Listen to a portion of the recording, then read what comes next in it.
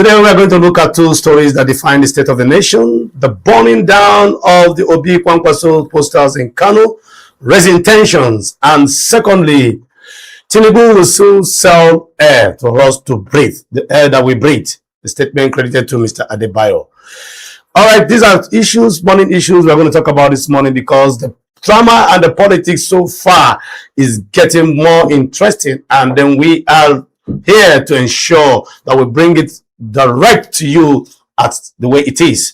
My name is Tichidi Kenneth, and I'm in the studio not alone. I am being joined again by my uncle friend, Mr. Ibrahim Shaibu, who is back from his long break, salad break, if I may say. Good morning, Mr. Ibrahim. Good morning, Mr. Sigi. How are you doing? I missed you a lot. I was here alone trying to ensure that the show goes on. Exactly. I've been following your effort, and it's quite commendable, actually. You have tried as much as you can to ensure that the team is very, very workable. Well, we thank God. There's a saying that goes that the show must go continue on. Exactly. Yeah. And I'm happy you are back and you are rested. Ah, of course. Look at everyone looking so fresh. Rejuvenated. You know, when you were traveling, I was telling my colleague, one of my colleagues, say my MD's HR is homesick. What do you be telling me? I really was, actually. I say I'm not feeling. I really was, actually. You tried anyway. I don't envy you. Yeah, of course. You are always at home now. Me also, I have to go and you understand what I understand. All right, welcome back once again. Yeah, thank you, Mr. Siki. We can see that the primaries are over. Exactly, in almost all the political parties. Yes. Yeah. First of all, I'm hearing that the NDC, when it comes the House of Reps and the Senate, yes, I don't know if they're still on. I think so.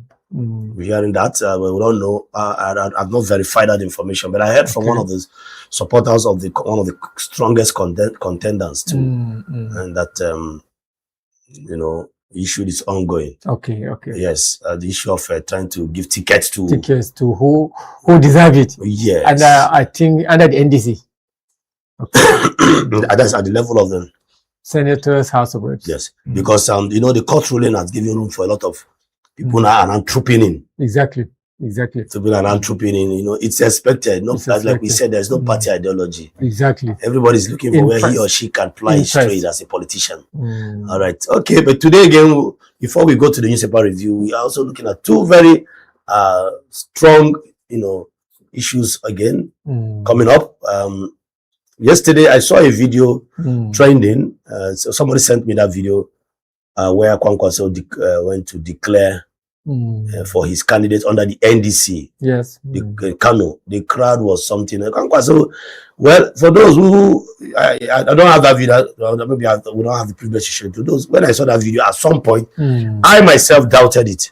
Exactly. I told the person that sent me that video, "Are you sure this video is not an old video? Don't mislead me." The person said, "No, it's a new one." He said, "You and sent me another one again." The same regard.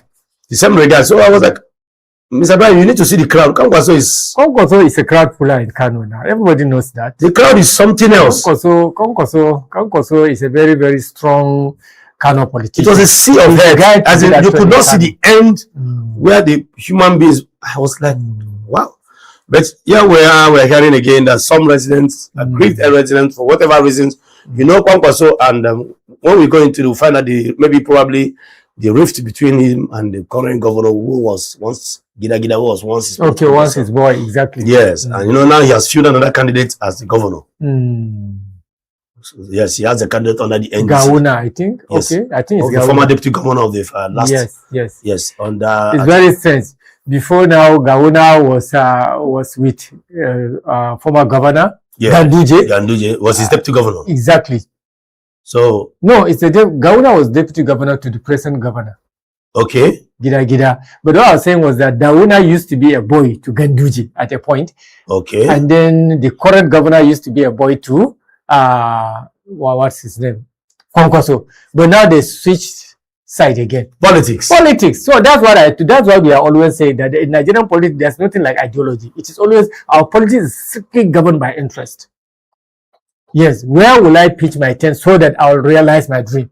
All right, let's not let the cat out of the bag. We have to, and then the statement credited by Mr. Debayo that the president will soon start selling the air that we breathe.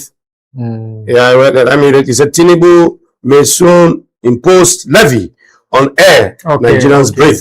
This has to do with the taxes. Yes, you know, tax policies that have been going on in Nigeria. Yes, yes. Okay, that Nigerians breathe.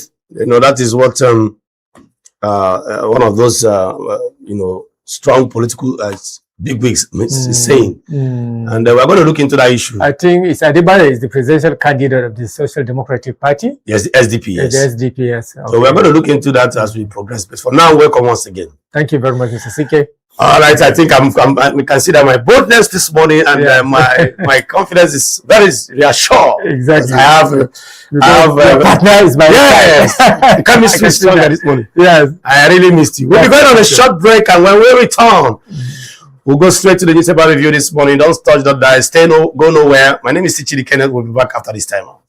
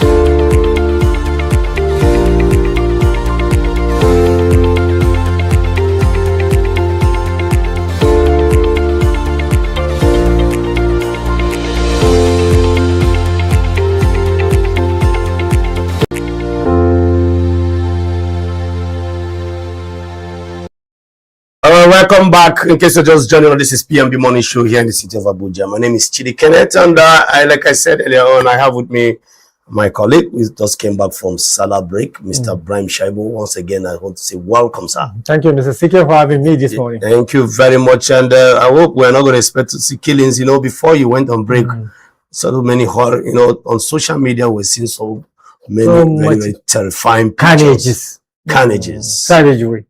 Very sadly, you know, sadly enough, and just yesterday the president ordered that some forest guards, you know, join in the manhunt of those children. You know, the Oyo school children. And we saw the picture where the governor of Oyo State was consoling the husband of the woman that was kidnapped. That's very sad. Because the wife was being abused in the forest by the kidnappers. Yes, a lot of disturbing victims. And okay, yesterday we also saw. One Mighty, Mr. Mighty, saying that we have 2.2 million kidnaps cases in a year. 2.2 million kidnap cases in a year. Per year. Yes, annually. And that brings us to 6,027 kidnaps every day. And 251 kidnaps. And it keeps going. 251 kidnaps. Unabated. 251 kidnaps every 1 hour. Wow, what a statistics, what an analysis. I did that statistics yesterday. It was one of the statistics I did yesterday. That's very sad. That's quite disturbing, honestly. That was what ended us most probably that large, huge, whatever. So I was doing the statistics yesterday and I was shivering. In fact, when I was done with the program yesterday, a friend of mine called me in my estate and said that the school bus failed to come and pick my children. And my children had to trek from my house to the school. Wow. It has never happened. Now, if you know where I'm talking about, they left my children's school is outside the estate. That may have been quite a distance to trek. Not really the distance. Okay. They have to cross a major express. Crossed over to Ebano supermarket as if though they are coming to Gudu. Quite a distance, yes. It's a distance. Apart from the distance, the risk involved too is something. You know, and immediately, you know, like I told you, immediately I had these statistics of 2.2 million kidnaps. And I heard that story and my children trekked. Your mind jumped to that. I just didn't know what was going on with me yesterday. I refused to tell her. That's quite unfortunate. So I was, in my mind, I was just praying. For those who noticed yesterday, I was praying. I refused to eat until I got this information from the school that they arrived safely. Children are there. So that is where we have found ourselves in this country. Just between the Ebano Junction, the estate close to Ebano, the school there, to Efa Estate Lokogoma, where I live, is enough for a parent to panic. Really? When you have 251 average per hour, based on the statistic we got from you Mr. have White. every reason to be fair, honestly. All right, newspaper, please. The first newspaper. The Vanguard. Protest rock Oyo, Ogun. Over abduction of teachers, students. Protest rock Oyo, Ogun. Over abduction of teachers, students. That's still about the Oyo. Yes. You know, there was this rumor before now that the protest wanted to happen, and some clergymen said no. Allegedly, you know, a particular prominent clergyman in the country. It might lead to some vandalization and all that. You know how protests are in Nigeria, actually. It can be hijacked. It can be hijacked by undesirable elements in the society. But now we are seeing that the people were resolute and determined to go on with the protest. So school shuts as teachers, CSOs protest in Oyo. Ogun residents protest, demand urgent government action. NUT to embark on nationwide protest today. Say students being used as shield by terrorists. Muslim Congress demand immediate rescue of victims. But federal government silence over 42 abducted students. So student abduction is taking place almost all over the country now. Now you can see the protest pictures of the protests. Yeah, exactly. Well, that's the Oyo and Ogun, because there are two separate pictures there. You know, the annoying thing about this whole thing is that while the protest is ongoing, while these children were in the bush, you know, Children's Day came and passed, and there was no emphatic or categorical statement from some porters that are supposed to talk. Exactly. Especially the first lady, who is also the mother of the nation. You know, and that got some people worried. But we are working. We don't know if she has made any comment now. I haven't had one. Okay. We are working to rescue kidnapped retired Major General Abubakar, Defense Headquarters. We are working to rescue kidnapped retired Major General Abubakar. He was kidnapped so in Castina. Another general is now kidnapped. Retired Major General. An eagle and a scissors. Exactly. That is the rank. When you see the Major General, what you see on the shoulder is the eagle. Two swords and an eagle. Two swords. They call it scissors. That's what they call it. They call it scissors. Yes. But it's a sword, cross sword. Do you know what it is to be a Major General in the Nigerian Army? General is a general, right from Brigadier General. And this is higher than Brigadier General, right? Of course, Brigadier General is just Brigadier General is an eagle and 3-star. Exactly. An eagle and 3-star. Major General, when you get to that level, you are an asset to the country. Of course. Do you know what it takes to train and package a human being to become a Major General? It's not an easy task. Cut terrorist arms supply, end attacks, says Northern Christians. Cut terrorist arms supply, end attacks, says Northern Christians. Exactly. Cut terrorist arms supply and end attacks. Because whether you like it or not, we've heard so many conflicting statements. As long as their arms supply is static, I think they will be powerless to strike. But once their arms supply is ensured, they will keep on striking. Exactly. Atiku, ex-SGF, bicker over outcome of ADC presidential primary. Atiku, ex-SGF, bicker over outcome of ADC presidential primaries.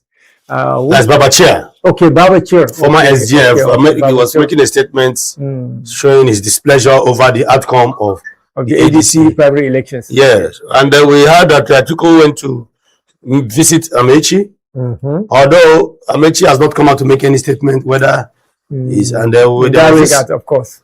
Again, we also I had a statement again from I had today in saying that is discontinue is presidential ambition, whatever petition or whatever he's presenting against whatever opinion he has against the election. Yes, that he's discontinuing it. So okay, that was it. Then we have Saraki versus Turaki. PDP crisis escalates in Kwara, produces 2 governors candidates. Wow. So even at state level, we're beginning to see faction. We have to see a junior. You see, these politicians, the pride, exactly. Which they just can't let go of their ambitions. Yes, ambition is has clouded their reasoning. It's grabbing everything. Yes. And we have the of course, Middle East war. Iran suspends talks with US over Israel's attack in Lebanon.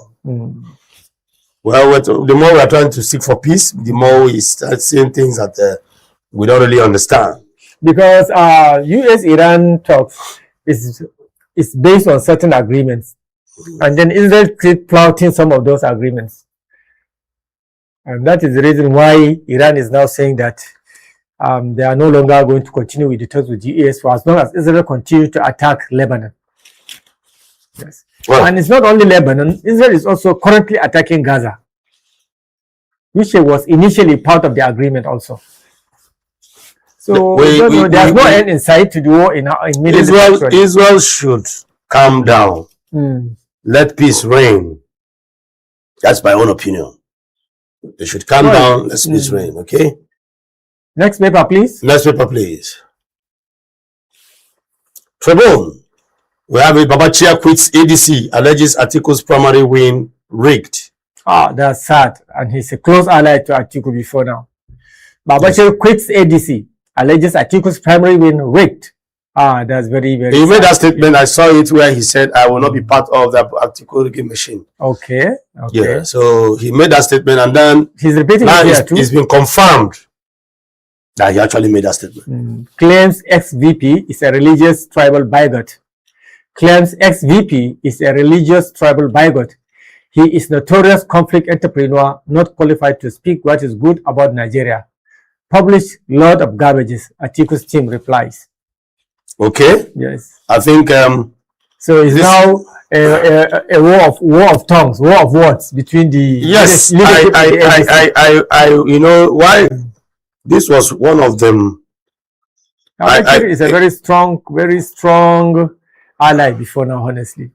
You know, I don't understand what's happening. Yesterday, I had an argument with somebody, in fact, as a matter of fact, in the office here, and this was the bane with the MD.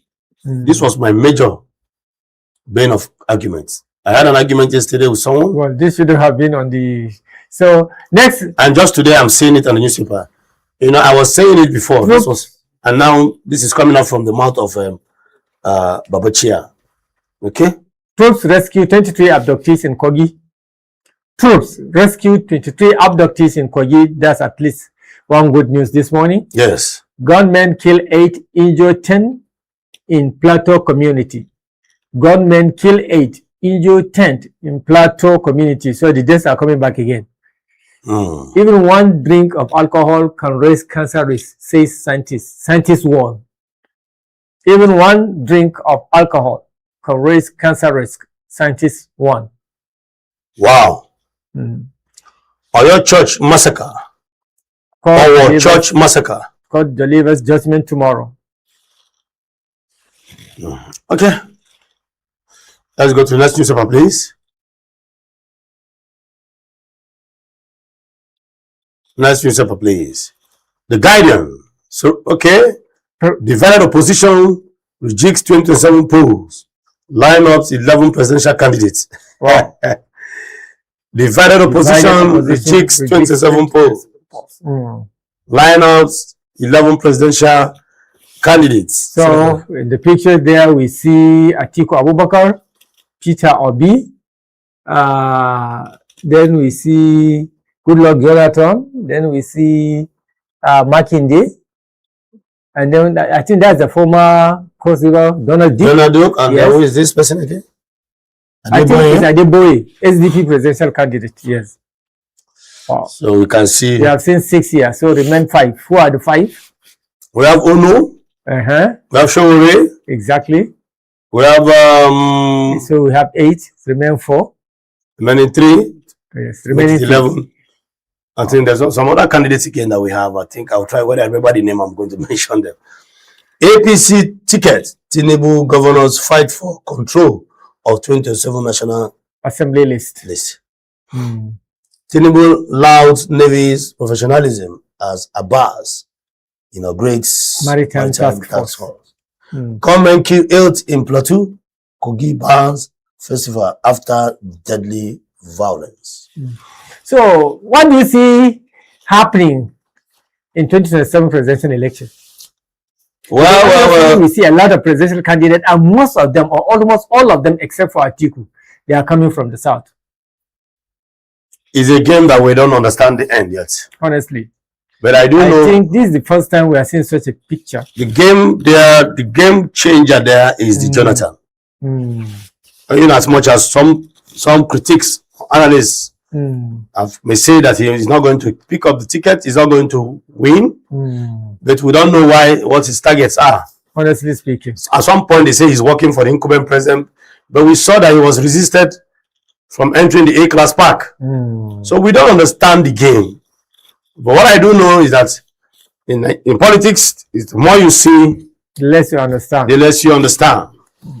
And that's my take anyway. Supreme Court vacates appellate court's order against Nestor. And Nikondi. Okay. All right. LASG laments surge in domestic violence. For me, about this presidential election, for me, I don't see any particular candidate working for any particular person, honestly speaking. Well, we can't tell. Right now, because apart from Goodluck Jonathan, Peter Obi is very, very intentional. So also is Sheyi Makinde is very, very intentional. I don't know about Adebayo and Donald Duke, but these three are intentional in their approach. You mean the one of Peter Obi? Yes, Peter Obi, Goodluck Jonathan, Atiku Abubakar. These ones are very, very intentional about their contention, about their contest. So I am not even Makinde at a certain point. Makinde definitely knows that he's not going to win, but he's intentional. At least, if not for anything, at least for him to make himself very, very famous and familiar to Nigerians, since he may be testing the waters. I guess because he's relatively younger than most of them out there. Exactly, he's the most youngest, I think. Maybe him and Adebayo. So he still has chances. Maybe he's just testing the waters. But I don't see him. I don't think he's working for any particular candidate. So also is Peter Obi. The worry there is Goodluck Jonathan. The worry Jonathan has a chance too. He knows his strength and they will not. Then he will drastically affect southern vote against both Tinubu and Atiku, particularly south vote. So I don't think he's out there for anybody's sake, despite the fact that his wife has come out clearly and told Nigerians that he shouldn't come out. The deciding factor of this election will be the North Central. Yes, it has always been. Because as it is now, to 6th zone. Every other geopolitical zone has taken sides in terms of representation. Exactly. You look at Peter Obi, of course, the southeast. Exactly. Tinubu is there from the southwest with Makinde and Adebayo now. Atiku not. Exactly. So the North Central. Goodluck Jonathan and Donald Duke south. Even Saraki Disin. Exactly. He's the chairman of NDC. NDC, yes. So now, who is going to clinch the North Central? That is where the game will start changing. Okay. Interesting one, I must say. Of course. Let's go to the next newspaper, please. Daily Sun. Wow, that's a long time. I don't think we've stumbled on Daily Sun. Daily Sun for a long time now. Yes. Bloodbath in Plateau, Anambra, Kogi, Niger. Daily Sun is known for a paper that will always feature, the dark side of issues. Exactly. Just like what we call the Nigerian Al Jazeera. Exactly. Daily Sun. Yes. Well. Bloodbath in Plateau, Anambra, Kogi, and Niger. Traditional ruler, 8 others killed, 10 injured in fresh Plateau attack. Then gunmen killed 2 policemen in Anambra. In Kogi, 2 died in soldiers' masqueraders clash. Another kill, gunmen abduct 30. Head of vigilante die as joint security task force kill over 200 terrorists. That is interesting. That's one good news, at least. Yes. The head of vigilante died. Oh, as joint security task force killed over 200 terrorists. That is very, very, very, very good operation. Okay. ADC primary, Babachir Lawal resigned, accuses party Atiku of manipulating presidential primary. Hayatuddin rules out court option, calls for united opposition. Yeah. Then Oyo abduction, public school grounded as teachers comply with strike. Massive protests in Ibadan, Abeokuta. So the long rumored protest that we'll be hearing that more likely, has erupted finally. You will not actually, in as much as when protest is the right of the citizens anyway. Constitutionally, it is your right to protest, but at this point, people are tired. Honestly speaking, the situation is worrisome. These men are sending videos, and somebody will come and tell us you cannot transmit results in return. It was one of the discussions we had at the Voices yesterday, where we saw that some of the senators that lost their tickets are now going back to say no, they have to review that electoral act again. Because after all, what is cast on stone? Let's see how this game goes. Wike mocks opposition over primary crisis in parties. Wike mocks opposition over primary crisis in parties. If you're interested in that story, find a copy of the Daily Sun for yourself. Then Delta leaders threaten to send INEC chairman to NJC, allege external interference in delineation crisis. Delta leaders threatened to drag INEC chairman to NJC, I think National Judicial Council, allege external interference in delineation crisis. Okay, let's go to the next newspaper, please. The Punch. Protest in Oyo, Ogun as National Union of Teachers begins nationwide rally today. School abduction. So the teachers It's a serious, disturbing issue. Yes. Oyo public schools shut as civil society organizations demand abductees release. Ogun residents fear spillover. So the Ogun residents are scared of spillover. Let's see.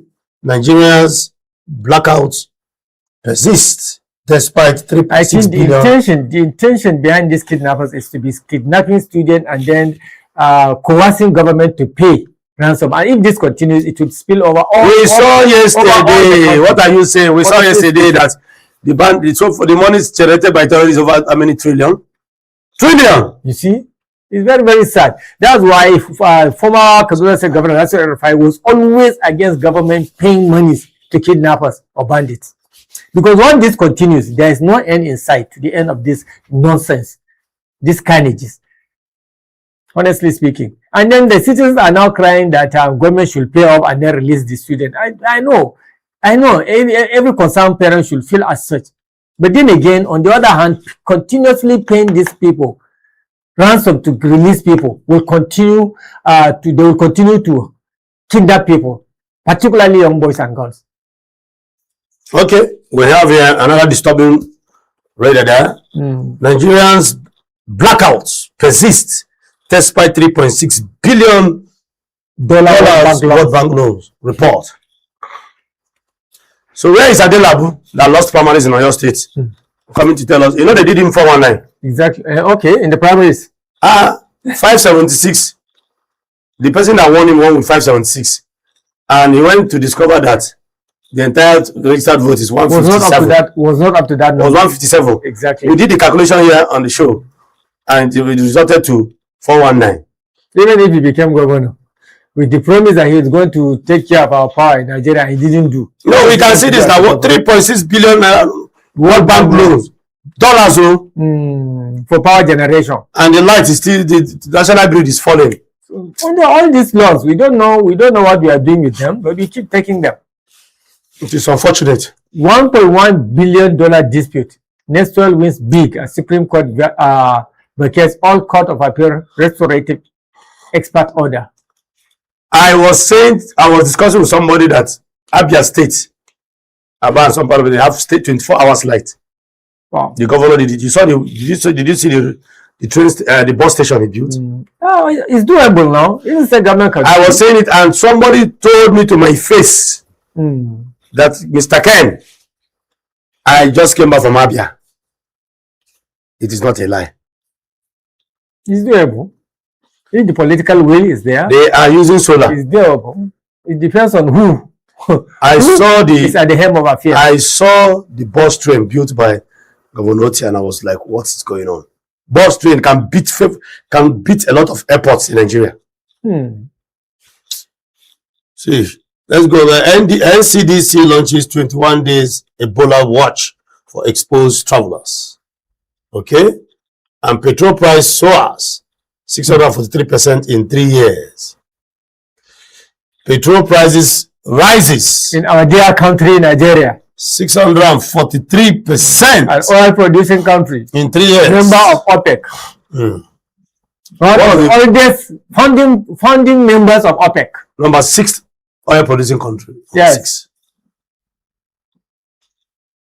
Now, even bread you cannot buy. Can you find a good bread for 500 naira in Nigeria? Standard bread. Right? Unless you want to eat bromate. So in an oil-producing country, because that price of fuel, I'm making example with bread because bread happens to be one of the staple food of Nigerians. So if 500 naira cannot buy you very nice standard loaf of bread, what kind of oil-producing country are we? Because the price of oil affects virtually. Well, you know, here we read at the front of this paper that there is nothing. 500 naira cannot buy any tomatoes and pepper in the market. Well, you know, was it last month? It's very, very embarrassing, honestly speaking. And somebody is saying that our patient is paying off. That reminds me of that joke in one of the social media skits where they say, Yakubu, manage. Let's manage. There's another interesting policy down there by the federal government. Yes. Federal government scraps 3-month terminal leave for civil servants. Wow.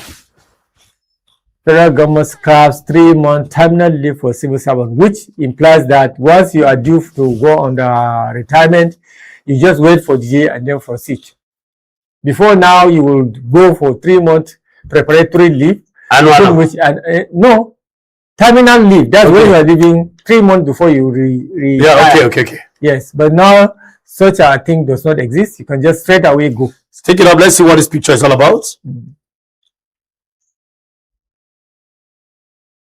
I think, yes.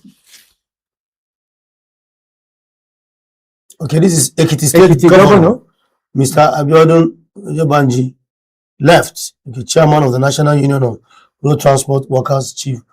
Okay, as the road transport workers, and you can see them cheering on their state governor. All right, let's use up, please. Okay, sports. Forever young. 3 decades on, Kano remains youngest UCL winner. Forever young, 3 decades on, 30 years after, Kano remains the youngest UCL winner. That's the Champions League winner. Youngest. Exactly. So at that time, he was about in his early 20s? No, not even up to 20. No, he should be early 20s, I think. Not even up to 20, and then not up to 20, I don't think so. He won under the Ajax. Yes. Ajax club. Ajax is a club in Holland, Amsterdam. He was in his 20s now. Holland. No, he was not up to. Okay. He was not up to then. He won it. I think Finidi George. Today he's still the youngest. Finidi George was his teammate then. Yes. That's him beside him. Yes, Finidi George. Exactly.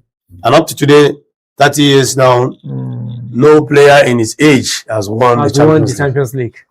At least that remains a history. Yes. Why are you shaking head? You are not born that time and you are even shaking your head. The person that I'm talking about knows it. You are shaking, you don't even know him. What you know about him is on the papers.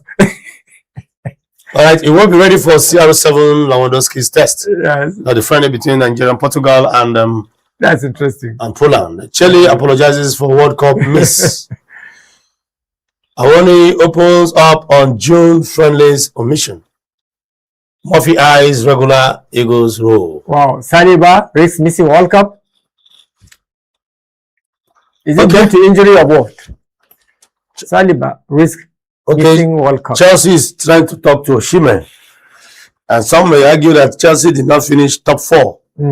So and that automatically will not. My personal opinion: if Osimhen should be anywhere in the English Premier League, I would have love to see him in either Arsenal or he's going to bang a lot of goals. Or Man United. Not obviously, obviously not Chelsea. Not Chelsea. We call Chelsea team the mechanical in Kaduna. And Achaba.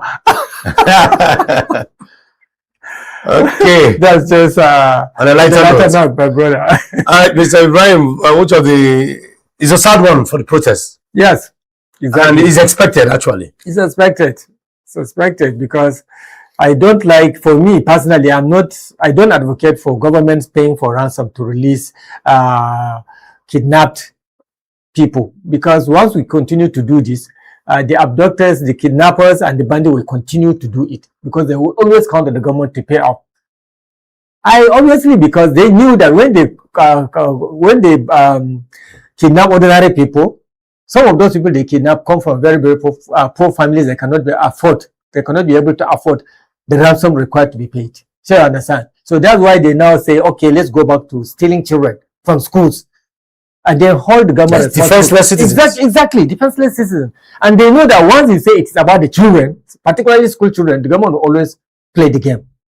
So you understand? But once we keep doing that, they will keep also, it will continue. It will spill over to other states. And there will be no end in sight to the end of that one, that crisis. All right, thank you very much, Mr. Brian Shaibu. We'll be going on a short break, and when we return, we'll go straight to the first topic of the morning show. My name is Chidi Kenneth. Go nowhere. We'll be back after this time. All right, welcome back. In case you're just joining us, this is Politics and Business Television here in the nation's capital, Abuja. My name is Chidi Kenneth, and just generally the studio this morning, we have Madam Mickey Atta. Good morning. Morning. Good morning. You're looking fly this morning. Good morning and welcome. And you said you're looking fly. I don't understand this kind of language. You want to be like me? You don't put what? I don't know. You get some jackets on the tie. Right. All right, Madam Mickey, tensions in Kano. But before then, let me set some information straight. I got a video where the Obi-Kwankoso declared his intention, brought out his candidates for the gubernatorial race. And what's that name again? The current deputy governor of Kano State. Gawuna is now the gubernatorial candidate for the NDC in Kano. And the Mahmoud crowd was something else. In fact, at some point, the person that sent me that video, I replied him and said, this video is not true. If I'm not exaggerating, but the size of the crowd? My God, I have it here. Okay. I have it on my phone. I was like, what's going on? Are you sure this video is true? Please don't mislead me. And the man sent me another one to further prove to me that he was not joking. Wow. And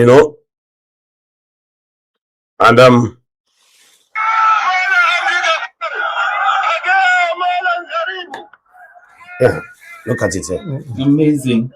Like a sea, like an ocean of people. Exactly. Kano. So you can see okay, yeah, I wish. So now this morning we're hearing tensions are rising because some residents went and started tearing the Obi-Kwankoso's poster and burning them in Kano.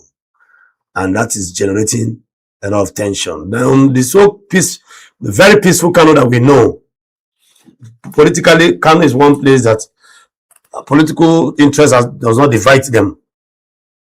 They do their politics without any rancor and bitterness.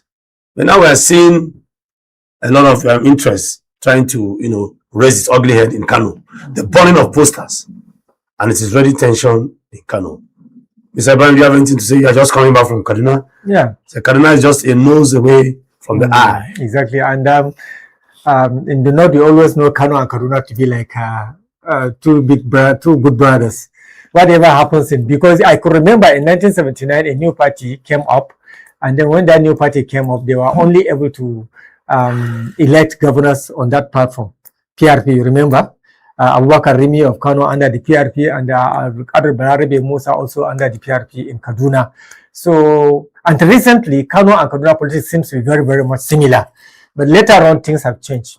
Kano became continuously progressist, while Kaduna became more of a Democrat.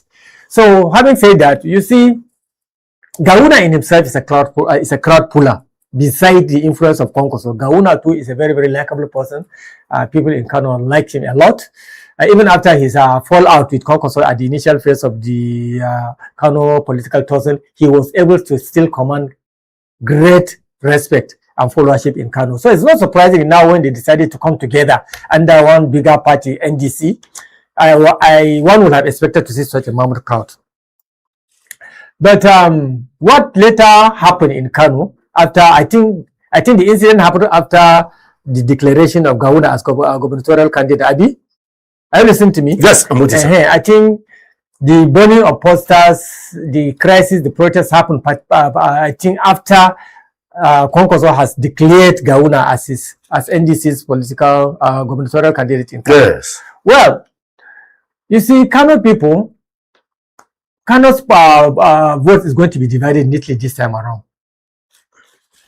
Yes, because what is his name? Abba Gida, the Kano State governor, is still very strong in APC, very much in APC, and then he has this very large support group, actually supported by His Excellency the President, and he also has his own root basis.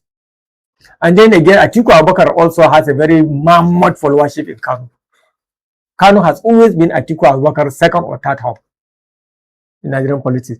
Before now, even Kwankoso, what is his name? Even that former political science doctor, there's one political scientist, Dr. somebody in Kano, he was Atiku Abubakar's spokesperson. So I'm not surprised that this is happening in Kano, but I assure you, there are places where there are some political parties that cannot go and openly contest or openly campaign in Kano now, as it is. Even in Kaduna. There are some parties that cannot? There are some parties, just like in the East and the West, there are, like, last week I read something that there are some states that Atiku cannot go and openly campaign. In fact, that route clearly specifies Atiku cannot go and campaign in some states, particularly in the Southeast. So also, in some northern states, there are places where you cannot go out and then start selling some political parties. They were able to do this in Kano to a certain extent because of the respect and the followership that the vice presidential candidate has in Kano. No matter what you do, you cannot take Kano from, what is his name, Kwankoso. If Kano is going to be divided neatly into four, I assure you still Kwankoso will go at least with half of that. But he cannot get the amount of followership he get, the amount of vote he got when he contested in 2003. That's for sure. Because of the division between him and Gida. Exactly. Because of him and division. Even Atiku Abubakar will get his fair share. I agree. Exactly. I agree with you. That's my take on that. I agree with you. Okay, Madam Nikki, you have something to say. Yes, the tearing down of posters. Yes, the burning of posters for me caught me by surprise. I didn't expect that coming from Kano. But I don't expect the mammoth crowd being seen is not going to reflect on the voting strength. That's for sure, for certain. Now, this burning of the posters after the crowd had received him is even a little bit of an indication. So the Kwankoso movement, as it is really getting clipped. And a situation whereby if he brought out a candidate and the candidate was seemingly well received, and then his posters, not the candidate's posters, are being burnt and shredded, that's a little bit of an indication that there's a biting into his votes. Now we want to narrow our eyes and wonder who are that's why there's a biting. Sorry to cut you. You know, he took the deputy governor, current deputy governor. Right. That's why you have also created a crowd between the governor. Right.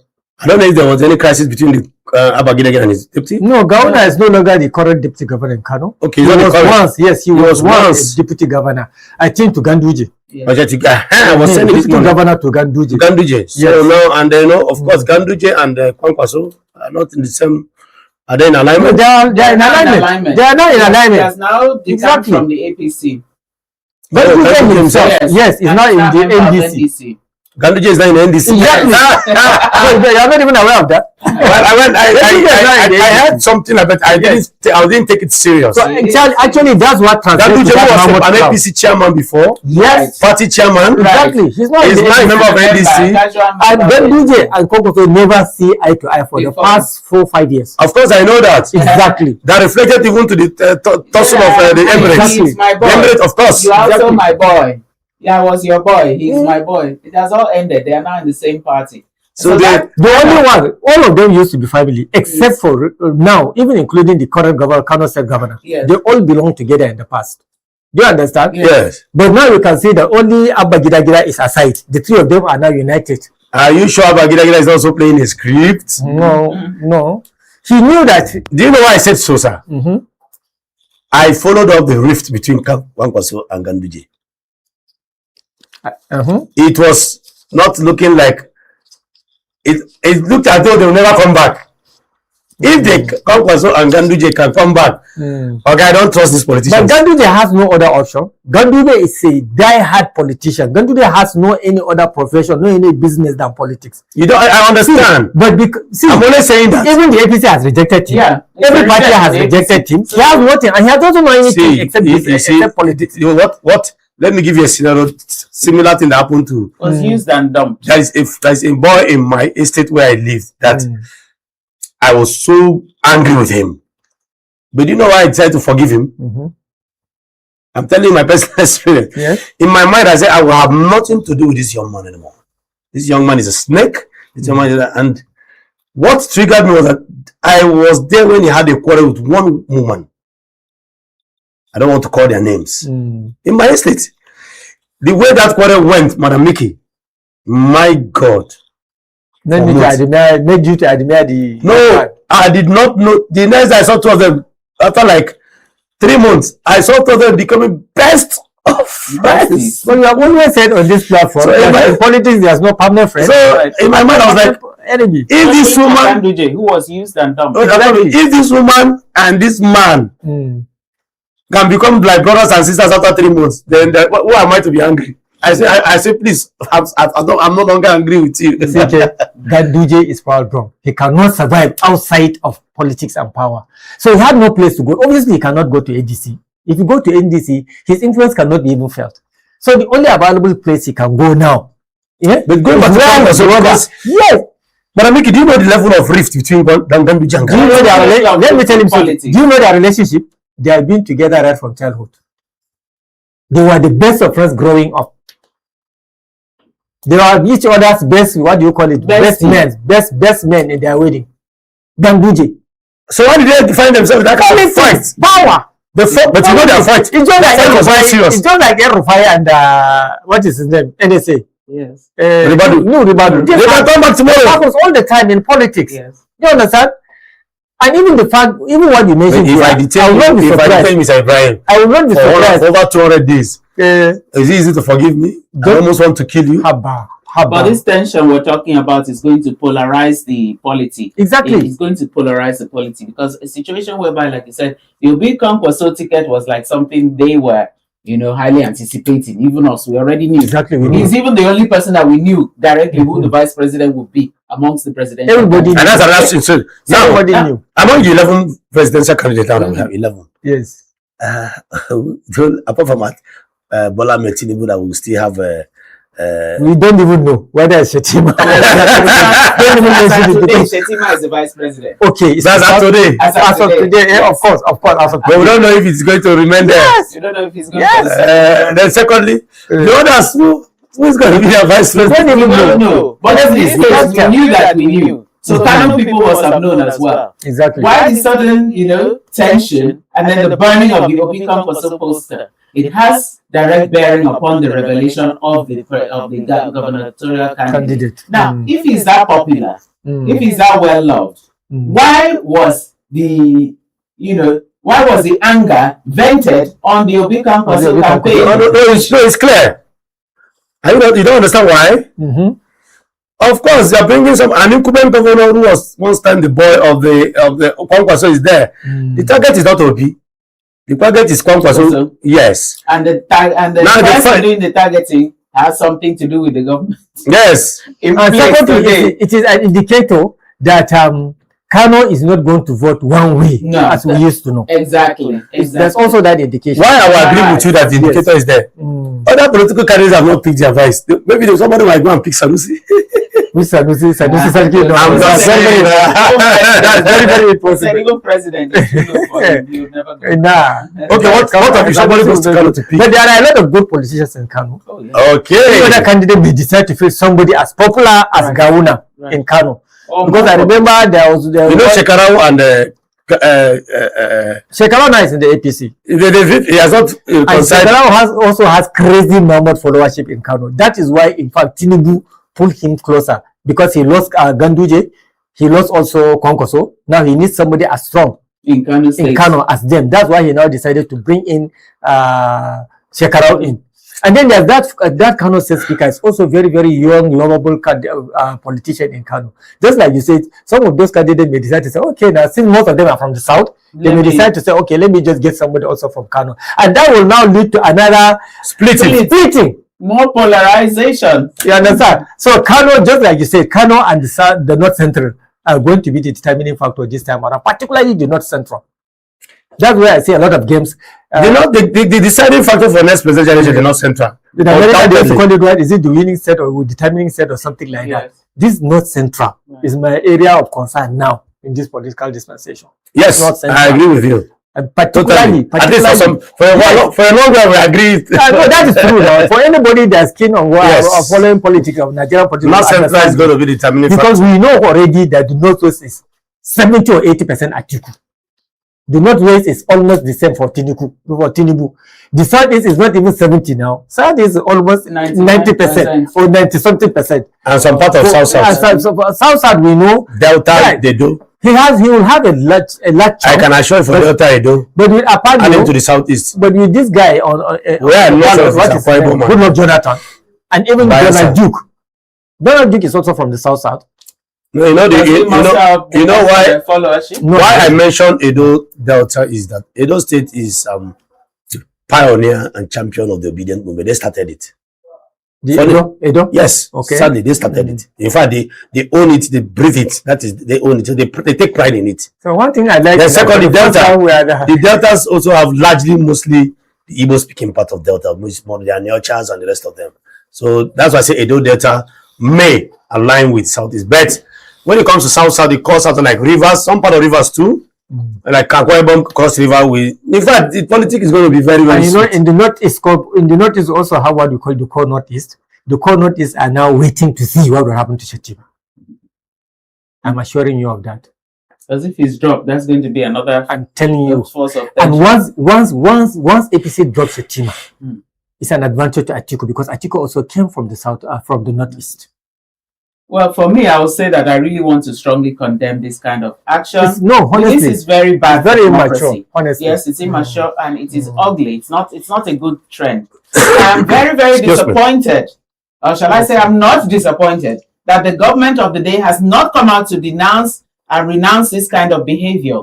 Because ideally, by now, we would have had statements saying that we such and such and such. This is not common to us. We condemn such and such action, like we are doing here. Because as you see, the outfall now is tension. Why are you heating up the politics, creating all this tension? Do you know why some people? So we would like to see a situation whereby the government of the day comes out to condemn that kind of Madam Miki, before we wrap it up, let me tell you something. It is condemnable. Yes. Let me tell you, having played, I don't know about you, but I have played politics in my own level. From university, even up till now, I still play politics in my estate.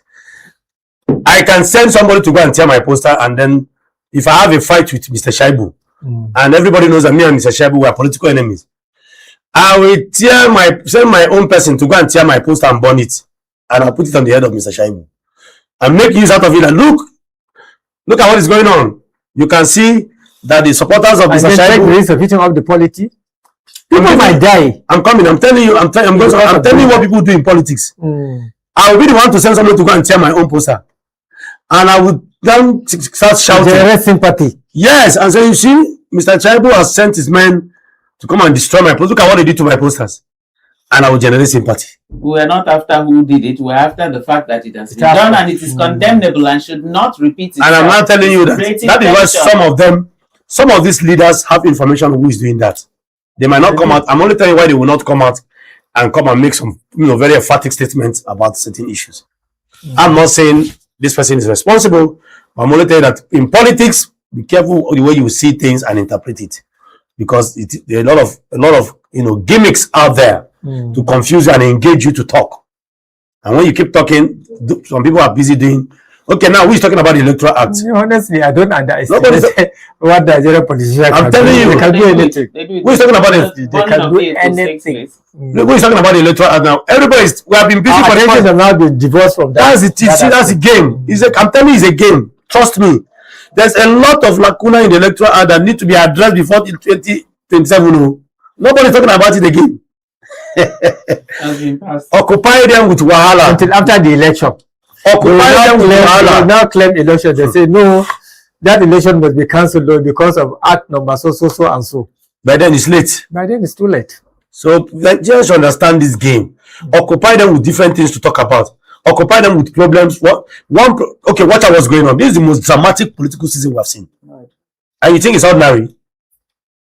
It is, honestly. It is because as it is now, this is the first time we are seeing our politics being divided into so many uncertainties everywhere. No, not even that. Into regional sentiment or into tribal sentiment like that. What we are going to see happen is that now everybody follow his brother. Exactly. That is just what is going to happen. Did you not sit in a political appointment? Honestly speaking. Did you not sit in the appointment? The Yorubas will vote en masse to Tinubu. Do you understand? Even Igbo will mass to the North will follow like that. Exactly. And the Hausa Fulani will now go boom to Atiku. Before now, we are used to seeing this, particularly in the southeast and southwest. But the northern police has always been too what do I call it? We have never put all our eggs in one basket. Honestly speaking. That's not honestly speaking, because that's how Buhari came with the ready-made votes. No, what I'm saying is that our parties are not always just this is Hausa Fulani party. That has never the only zone we know that the southeast always have their whether it is north or south. Exactly. We voted we voted at this is the way I see it. Honestly, this is the way I see it. Because when she's on the field, has always been. If we are going for this person is a block, that's how a person like Goodluck Jonathan, how would he have been able to have sailed it? It's because he was able to convince the North to back it. That's how he got it for the first time in the first place. The North will always swing. And when they say they don't want it, and when they say they don't, it's a swing out. But that's what I mean also. Yeah, you were saying that. What I mean is that the Southeast will always stand by their candidate. That this is the candidate. No, not their candidate. Any candidate of their choice. Most times. No, any candidate. No, let's correct that. Any candidate they decide to articulated, the Southeast gave them block. From 1999 till date, the South is the only region that if they decide to follow Ibrahim, no, you won't see another APC or PDP winning. It is your party, Ibrahim party. Go you can Google it, sir. Absolutely. Well, I beg to differ. No, not differ. It's there. No, it's not differ. The records are there. That one is true. From 1999 to date, the Southeast is the only zone that has given any presidential party of their choice, whether you are their tribe or not, 5 states will deliver. Let me give you an historical example. Atiku came out and said, in his last primaries when Obi was his vice presidential candidate, Atiku came out and said, I've always known that you people are very loyal. Let me give you an example. Did you remember that statement? In 1979, all governors in Southeast, at that time, I think we used to have about 3 or 4. We gave to Obasanjo. I'm talking about 1979. All of them went to NPP. In South, all governors were in UPN. But in the North, we have 1 governor, 2 governors in NPP. I think Adamawa and the Plateau. Do you understand? No, Mr. Brian, we're talking about. No, let's. That's what I have. Mr. Brian. That's the point I'm trying. If we want to calculate democracy in Nigeria, we usually start from 1999. We all know that. In fact, I want to say 27 years of democracy in Nigeria. Before then, we've not had. So we cannot bring in historical perspective. We are in 1979. Is it not in Nigeria? No, you don't understand. Even when we are talking, even when they are analyzing democracy in Nigeria, we always start from 1999. So whatever happened, that was when we have the full turn. Anything that happened, it has been us and down. Military will take over, After a while, civilian, we have not had a straight. This is the first time we're having straight democracy for 27 years. If you call it democracy, because we watered down experience. We have a bureaucracy. Let's agree on paper, but not in principle. Okay. Oh, you believe that things on paper? It's not democracy. You know, yesterday I used that language. No, let's say Sister Biggie. So it's not democracy. I said something yesterday that we are not one together as a nation. Is on paper, and somebody was arguing with me, and I said, "Can you see the appointments? Can't you see the political appointment? Do you need anybody to tell you that?" But this has been the same trend. I want to respect whether the person ruling is from the north or from the south. It has always been like this. If whoever fights inside the position of power, most no, but Muhammadu Buhari, the cabinet reflects. Obasanjo should be applauded. Exactly. His is a little bit better. And good luck, and good luck, Jonathan too. Yes. Give it to two of them. But the other two. They didn't hide it too. I agree. Here, we are agreeing here, honestly. So let's leave it at the other two didn't hide it. Yes. For this current one and the whole economic sector. even security. I don't know. Well, I don't know. Just look at it. Because it's one that actually directly hits that was secure to have the IG, CDS, Chief of Army Staff. Okay. And I think, let me leave it at that. Who is Chief of Defense Staff? Who is the National Homeland Securities? Okay, is this functional now? I said Homeland Securities, not NSA, not National. I know. That's what I'm saying. Is it functional? It's very, very functional. In fact, the NSA is one that's not fully functional, but the Homeland Security Advisor is very, very, very. But I'm not aware. His function is to bring down, water down the function of the NSA system function, and he has done it. I'm not aware. You know, this I'm not aware for phrase. I think it's a way of. I'm not aware. Okay, thank you very much, gentlemen. What a place to leave it at that. And then we'll go on a short break. When we return, we'll go straight to the second topic of the morning show. Go nowhere. We'll be back after this time out. All right. Welcome back to the morning show here in the city of Abuja. This is PMB, as you all know. And we are going straight to the second topic. Some of you might be wondering, why am I smiling and why am I laughing? Well, the discussion went on even while we were on break, and it is what it is. We are still talking about it, but we'll take it up some other time. And I'm sure viewers out there also, debating in their own various corners. Okay, the second topic borders on the issue making the round by the SDP presidential candidate, Mr. Adebayo, saying that Tinubu may want to merchandise or impose taxes on the air that we breathe, that everything is being taxed. And very soon, the air we are breathing, we are going to start paying for it. This is strong, Mr. Is there a video to go for? Ibrahim or Madam Mickey? No, I will allow my sister. Before now we had that the solar lights. So we had the issue of the solar light being taxed in somewhere in Lagos. We don't know. Allegedly, but what video are you talking about? Isn't there a video to the topic? I think I don't know. Do you have a video to that topic?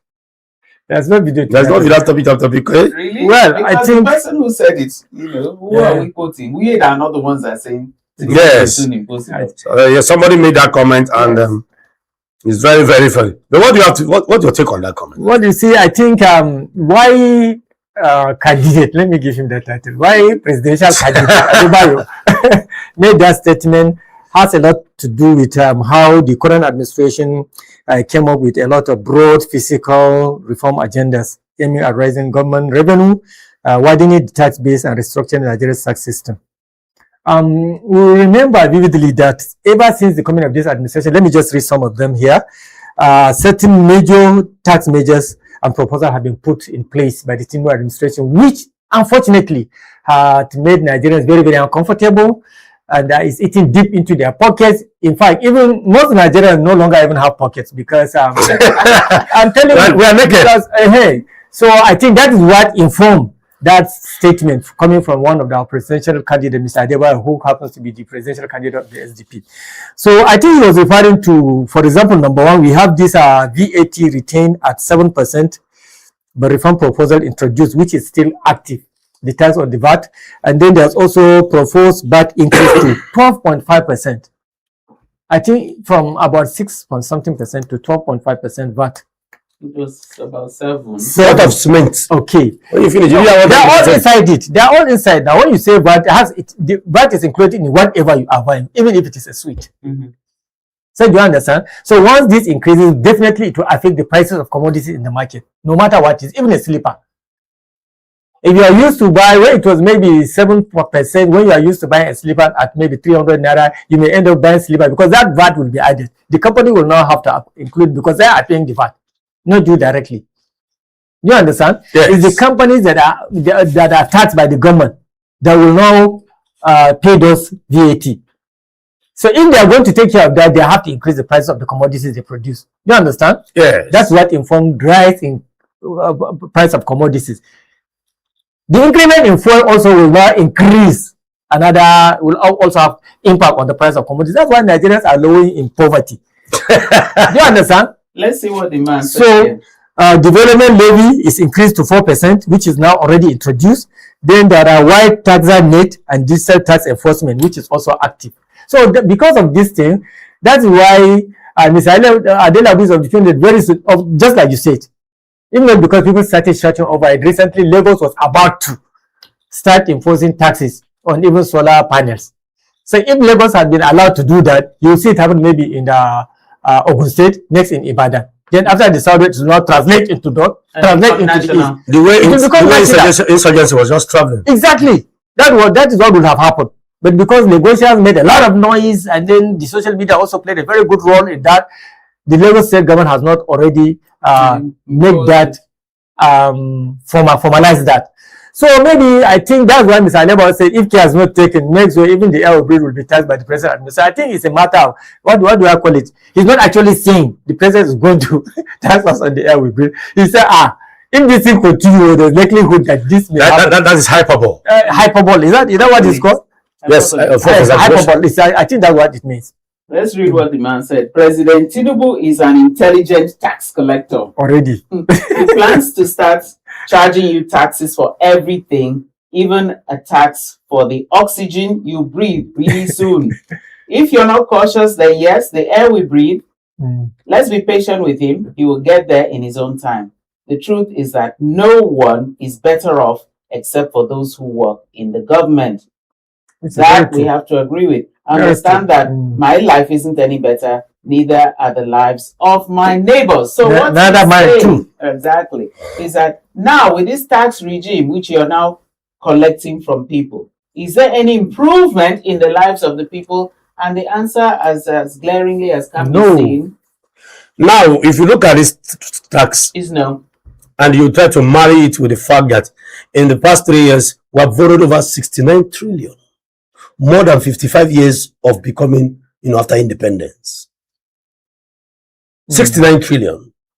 Mr. Brown, you are owing money now as a citizen. You make me angry anytime you say I am. You are trying to personalize it on me. Say Nigerians are. You are owing money and Madamiki is owing money. So the next generation are owing. Exactly. You are owing. Mr. Brown, you have eaten money that you don't know. That is why I said, I told somebody, no, it's one guy that was telling me that COC, he pity anybody that's coming to take over this presidency from the incumbent. With the amount of loan that's been taken. Do you understand? Is he coming to take more loan? Or will he concentrate on the payment of the loans that they have already But at least let's cut cost of governance. And he must work. You understand what I'm saying? He must work. Cut cost of governance. Because he made commitment. He made promises. Whoever is coming has made promises, had made commitment to the citizens. And by the time he comes, you'll find out he may even likely meet an empty treasury. I use the word may. He's not even meeting an empty. You understand? And then a huge amount of debt. A huge amount of debt profile. Which one will he content with? Is it working for the people? Will he be trying to pay off those debts? So now, is this tax now going to be, we are the ones going to be taxed to pay off the debts for? Even my grandson that is ready, that is just 3 years old, may grow up even to become president of Nigeria, and then we may not even pay those loans. We are talking about trillions. Let me read something. Naira. Is it naira or dollars? So that's trillions you mentioned. Naira. 69 trillion. Can you imagine that? Let me read. The presidential candidate of the Social Democratic Party SDP, Adewale Adebayo, was taking a swap at President Bola Ahmed Tinubu's economic policies, describing him as intelligent tax collector, whose primary focus is on increasing government revenue through taxation. Adebayo claimed that the current administration has failed to improve the living conditions of ordinary Nigerians, insisting that only those working within government circles appear to be benefiting from Tinubu's policy, just like you said. Speaking during an interview on Channels Television, the SDP chieftain alleged that the president's approach to governance is heavily centered on taxation. Exactly. According to him, President Tinubu is an intelligent tax collector. He plans to start charging you taxes on everything, even a tax for oxygen you breathe, really soon. So you see, if you are not cautioned, then yes, the air we breathe. Just be patient with him. He will get there in his own time. The truth is that no one is better off except for those who work in the government. Okay?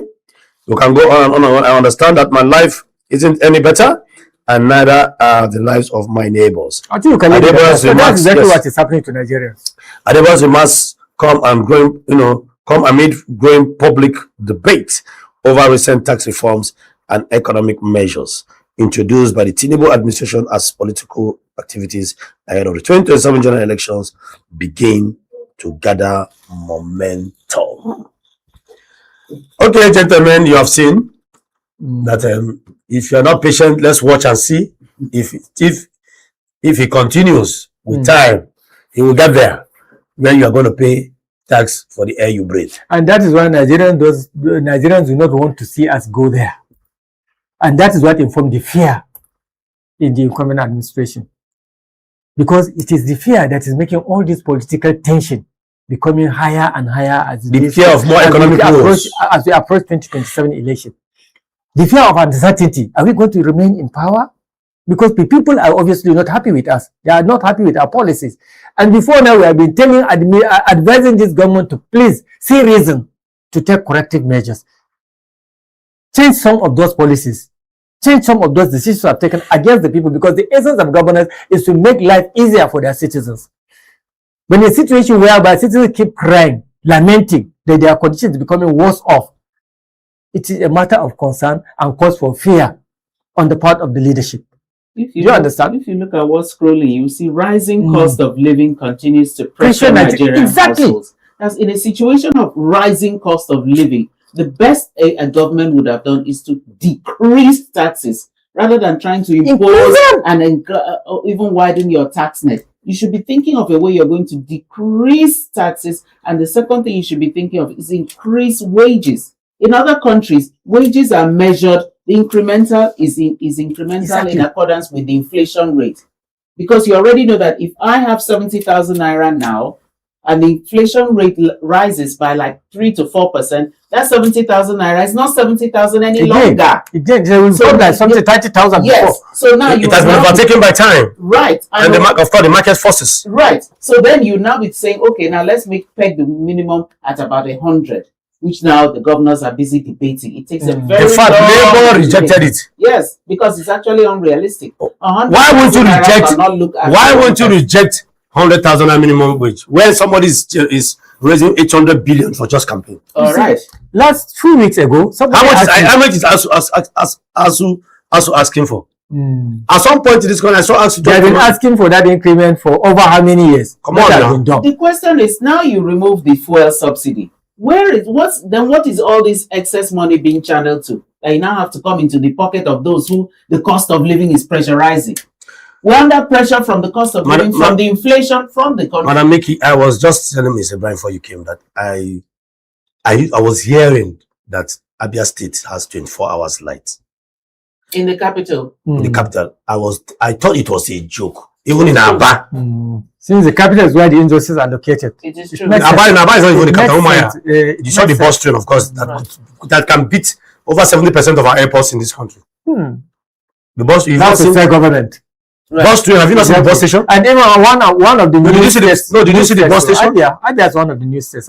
No. Abia is one of the opposition governors. LP is in. Okay, it's Alex, LP? Mr. Okay, Alex okay. Oti. No, did you see the bus train? No. Okay, I'm going to show you the video after this show.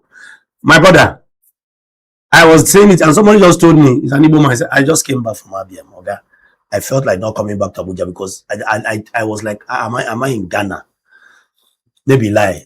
They did not blink the light. It's a time. I slept with mosquito, you know, now it's rainy season. I woke up with darkness. So what are we saying? And here we saw after $3.8 billion World Bank loan that what the blackout still persists. Didn't you see the newspaper today? So please. Then you now turn to tax us. So what is the taxation for? No citizen will. There's no citizen that will, not be. I was trying to make a point. Right. Last 2 weeks, my laundry man asked me something. I think he went to secondary school. He finished secondary school, and then he started poly. He couldn't complete the polytechnic. He was asking me. He said, okay, Brad, you are media people. Please, what does the term widening the tax net means? He was asking me this question. I told him to let me tell you in Hausa, in the layman's language, because one of my governor, a governor I respect, a governor I adore, a governor I consider a political leader to me. That's why Rufai. This is the only thing he did that I'm angry with. I did not support him. He was trying to widen the tax net. I said, what this means is that you as a laundryman will begin to pay tax. This woman, that's a Frank Akara. They are widening who and who will now be paying tax. Everybody. Is that come more fish? Very soon. If this is well implemented and enforced, even you as a laundryman, you will hear somebody come to step by your gate and say, look at in tax here. Even the woman frying fish or frying akara will begin to pay tax. What do we get? What do the people like that get? They are trying to survive for God's sake. No, if you are paying the tax and we are seeing the roads and but we are not. Bus trains, metro lines, good airports, you are not even seeing power. Power that the state government is able to. And I was just telling you that we borrowed $3.8 billion. You didn't see it on the paper featured it today. Have our lives improved? That's what you say. Now that you want to add and widen the tax net and everything. Meanwhile, the rich, you don't even go near them. You don't go near the rich. It's just recently they started, I think, was it the property tax or what was it? There's some levy that they now were able to close some of the political enemies in FCT because of that levy. It's just now they want to now, focus on the levy being paid. Before it was just on paper. Once you have money, you just take hundreds of millions of naira, pay for land and build up the house, and then you don't pay any more tax. Then the one who has to rent, and this rent is paid yearly. That's another part. Instead of you thinking of how to, remove those who are not landowners or householders, remove those who are renting. You are widening. You should be doing everybody. Because now, for me to pay rent, I must pay annually. For me to get salary, I'll be getting monthly. Look at the irony. So an average Nigerian is living in debt. Compulsory debt. You earn. But I just said it. Mr. Brian was angry when I said it's owing. Collect. But I can make you are owing too. For me, for you to say I'm owing, you are being kind to me. Generations to come along my line, they pay that. Your grandchildren say they are owing. Wonderful. Even me, I said, even my grandson, who's already 3 years now, will grow up to find his country neck deep in debt. All right, so thank you very much. You are nice and kind to me. All right, interesting topic, I must say, and what a place to leave it. And thank you very much, my very wonderful. Now I have a full house. You can see that I'm smiling. The atmosphere is pretty exciting. Yes, of course. The energy is what is necessary and needed. Yes. All right, on that note, we'll be going on a short break, and when we return, we'll be going to the last segment of the morning show, which is What is Trending by Josephine Ferry. I call her White. She's around the corner and she's coming. Guess what? You will see what is trending. All right, we'll back after this short time out. Thank you.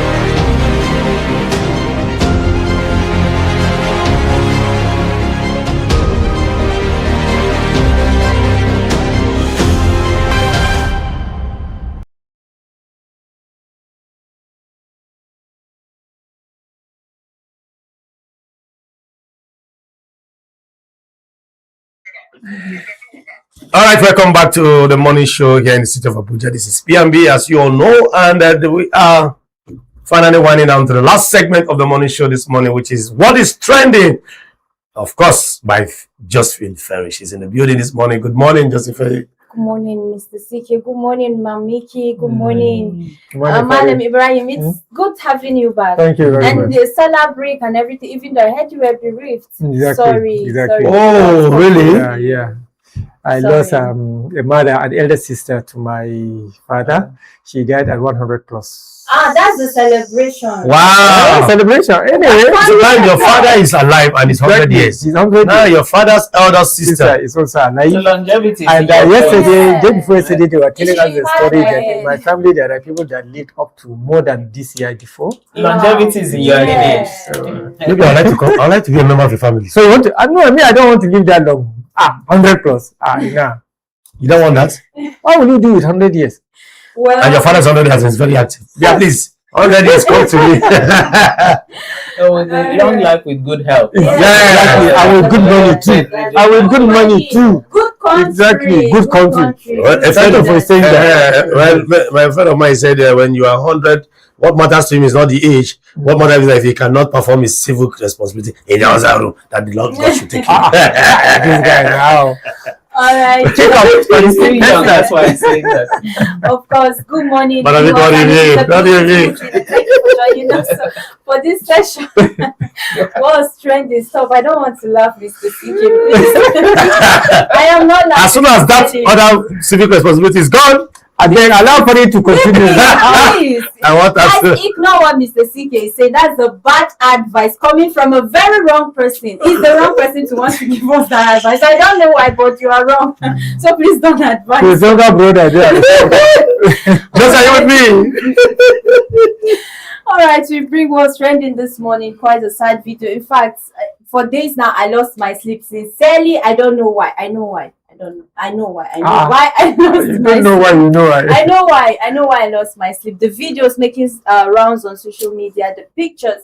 Yesterday, I saw a picture, an image of one of those kids kidnapped. You know, there were pictures. You know, those bandits. They always want to update us.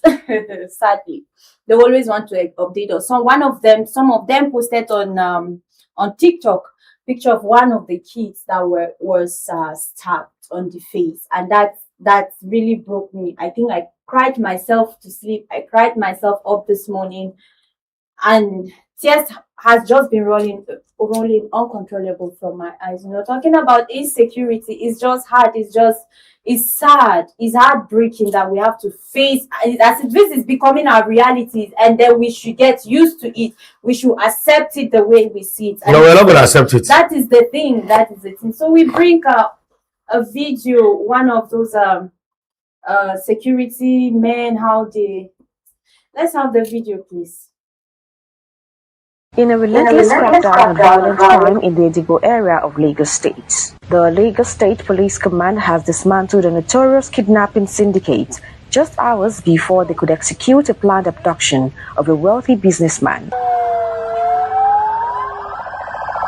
The operation, which led to an intense gun battle near the Jakande Estate Gate in Edigbo, successfully foiled what authorities described as a well-coordinated kidnapping mission. At exactly 9:30 p.m. on May 21st, police operatives acting on credible intelligence stormed the location after receiving information that a gang of heavily armed kidnappers had arrived in the area to abduct their targets. On sighting the operatives, the gang members opened fire, triggering a fierce exchange of gunfire. Following the tense gun duel, 4 members of the kidnapping gang were neutralized, while one suspect escaped from the scene with severe gunshot injuries. The Commissioner of Police Lagos State Command CP Tijani Fatai revealed that the mastermind behind the Ford operation, identified as Ifeanyi, popularly known as Ifeko, is based abroad and reportedly flew into Lagos specifically to coordinate the attack. After their activities here, and they will travel back to abroad. And when they want to come and strike again, they come back to the country and strategize, and as time strike and leave again. We got wind of this information and we were following up. The kidnapper doesn't live here; they live in the east. We were following them up from the eastern part of the country. Along the line, they now finalize their arrangement to come and strike in Lagos State.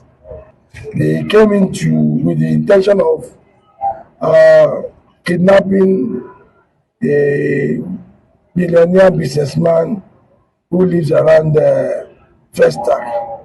While on their way, they made their Waterloo, and 4 of them were neutralized.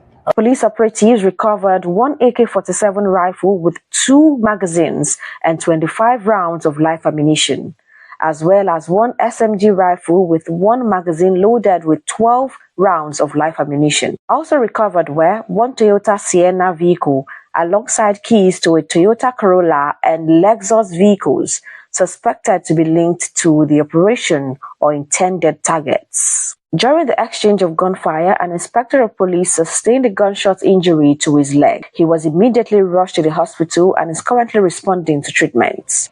The command wishes to assure all Lagosians that there will be no hiding place for criminal elements within the state.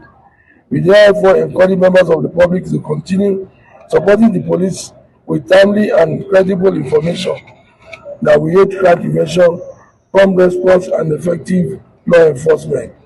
Residents across Lagos State can be rest assured that the Lagos State Police Command remains fully on top of the situation, with intensified operations already underway to track down the fleeing suspect and dismantle every link connected to the criminal network.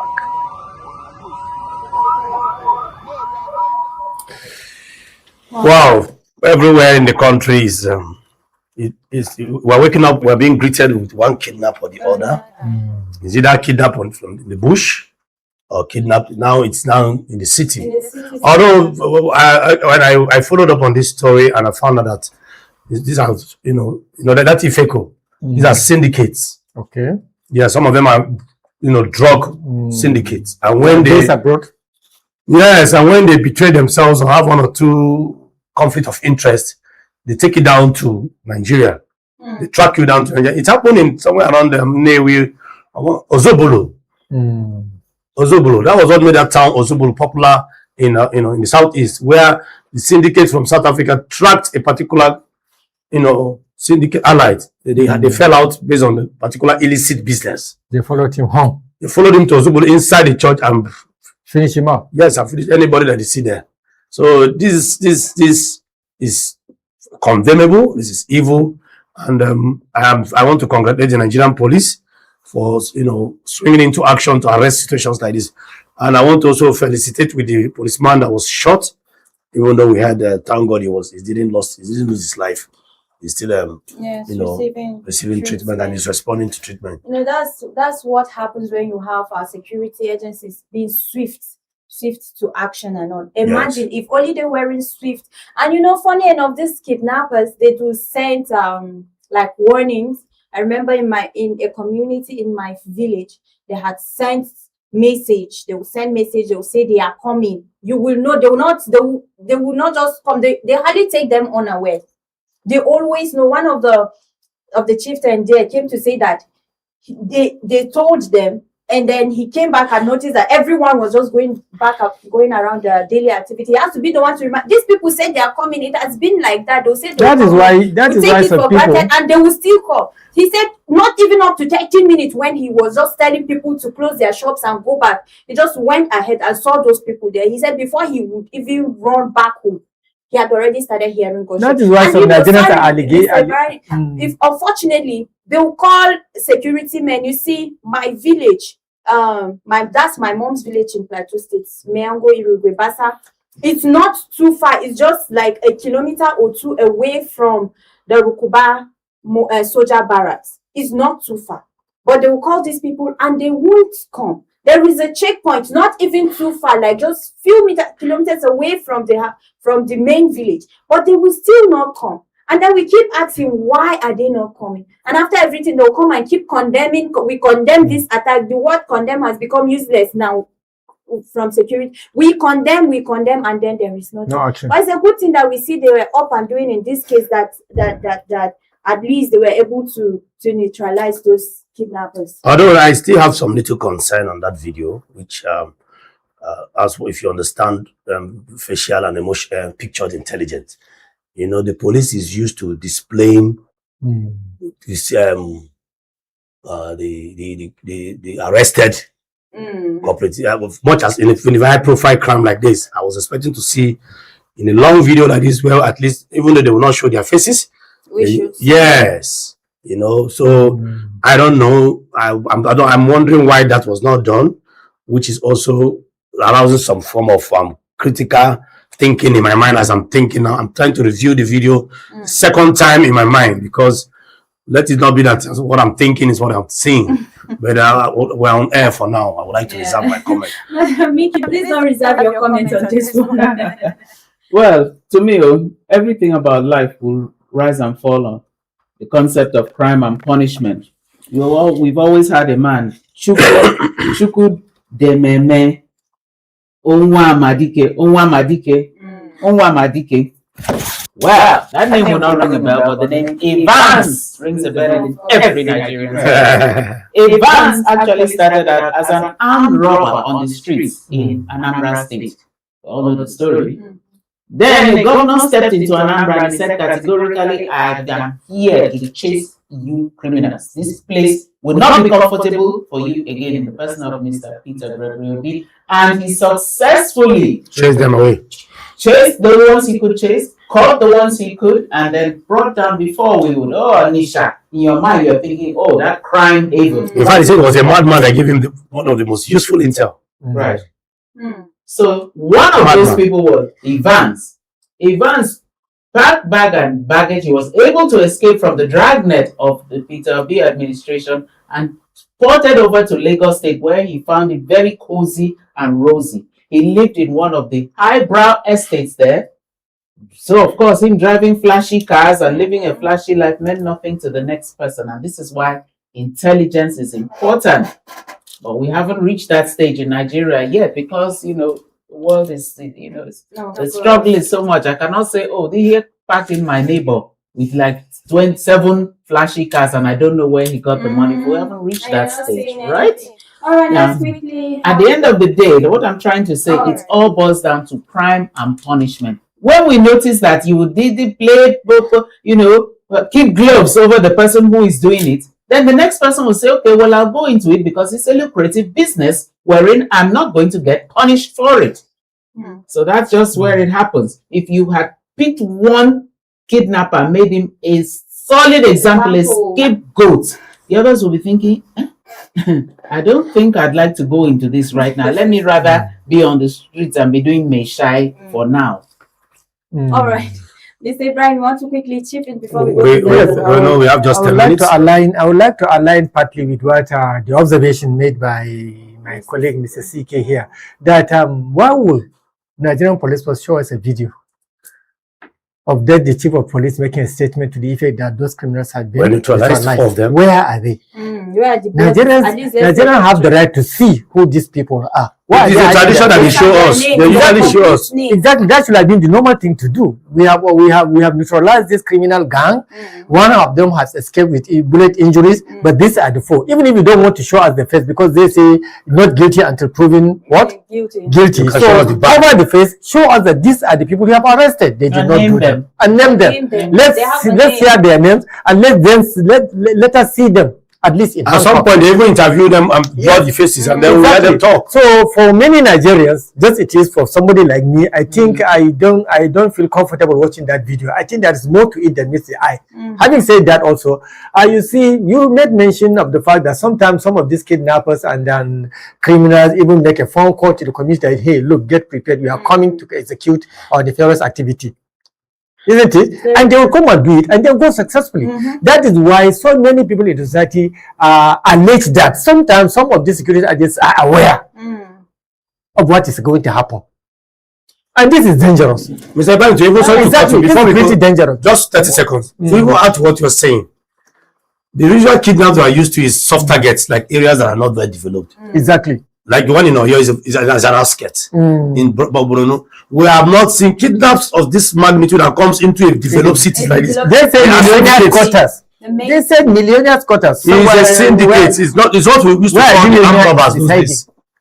Is what we used to call armed robbers those days. You know, the normal one we're used to is on the road, travelers, soft areas like bush communities that are far away from. I don't know.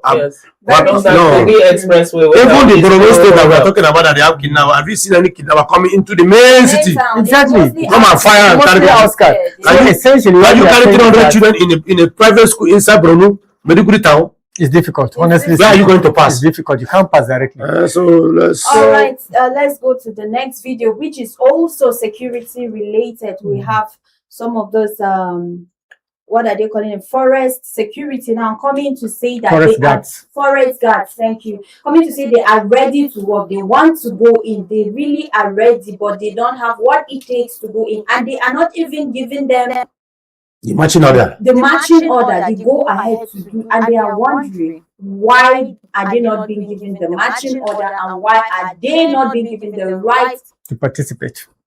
Let's have the video.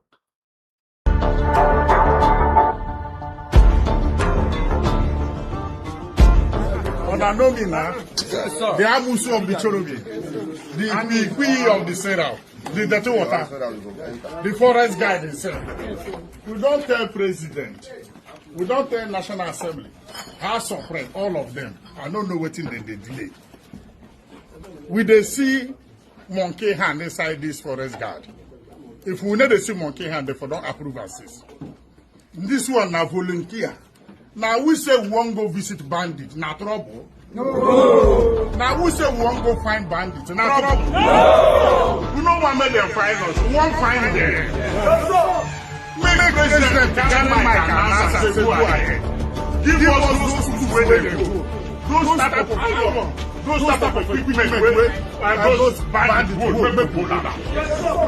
We don't need to secure Nigeria. We don't need to secure the nation. We won't visit them. Then they play politics inside. Then they do tribalism inside. Then they do sentiment inside. You don't go where now. Then they play with people's life. Carry our life, they play with us.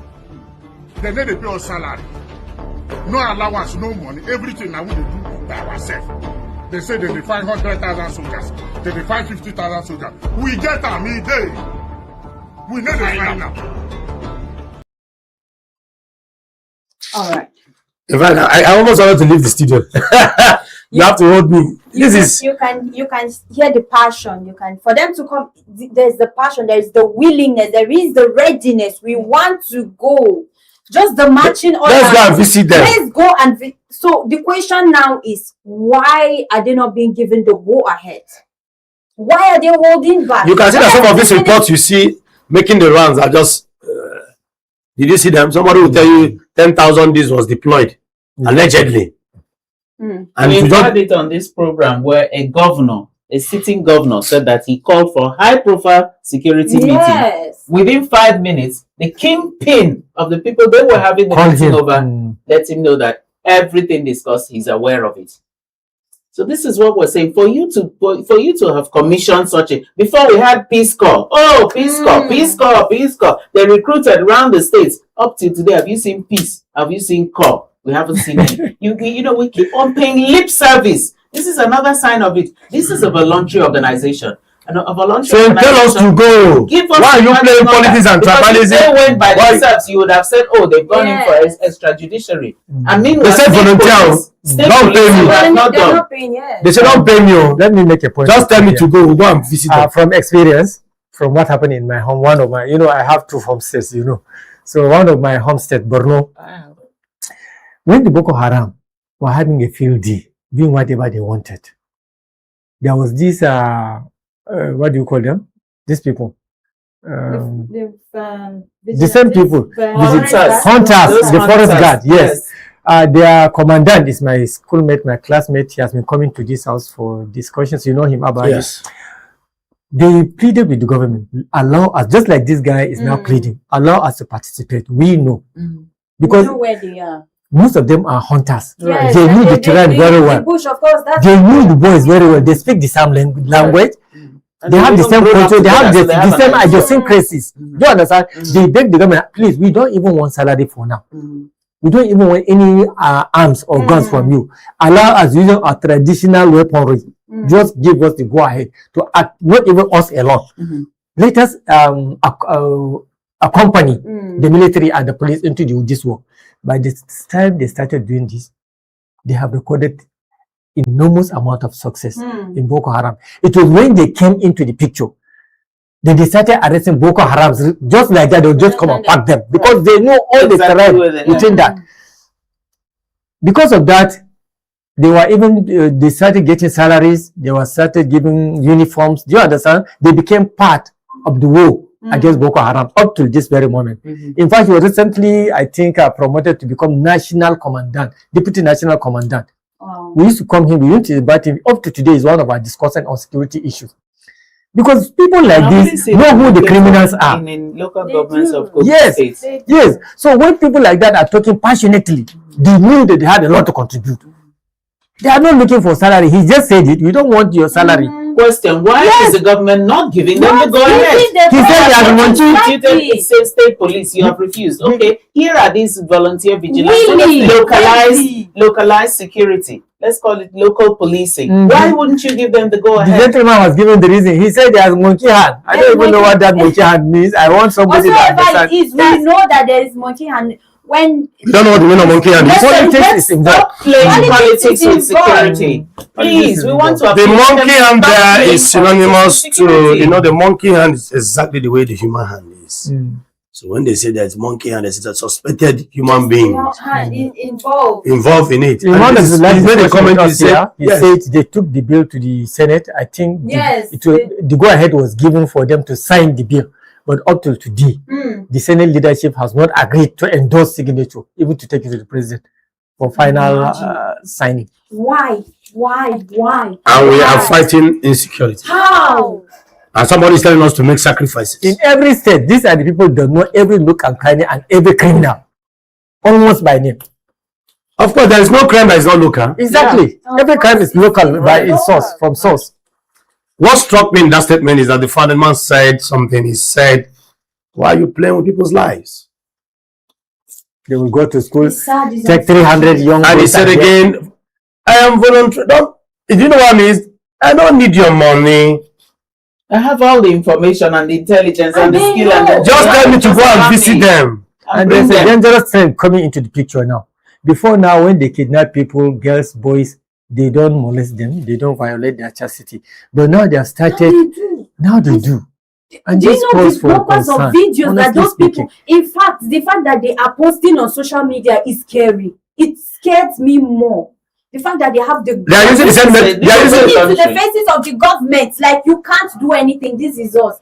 Do you know one of the videos? Even the guys were calling Tinubu's name. Tinubu Gakudi. They were showing stack of cash. Calling him by name. Yes, they were because calling they already him. know that when caught, they are going to be pardoned, given cup of tea. Exactly. And then all bound together. Repentant. Label him repentant.